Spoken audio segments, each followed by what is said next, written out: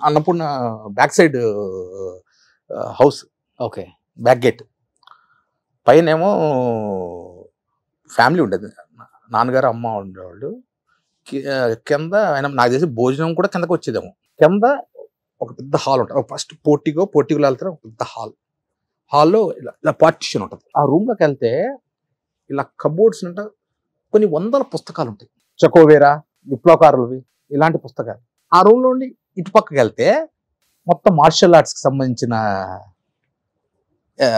అన్ని సామాన్లు. ఆయన పడుకునేది దాని గురించి చెప్తే అసలు ఒక కేన్ది ఒక సోఫా ఉంటుంది, ఐడియా ఉంది? కేన్ సోఫా నాకు ఐడియా ఉంది, ఇప్పుడు దొరుకుతాయి అనుకుంటా.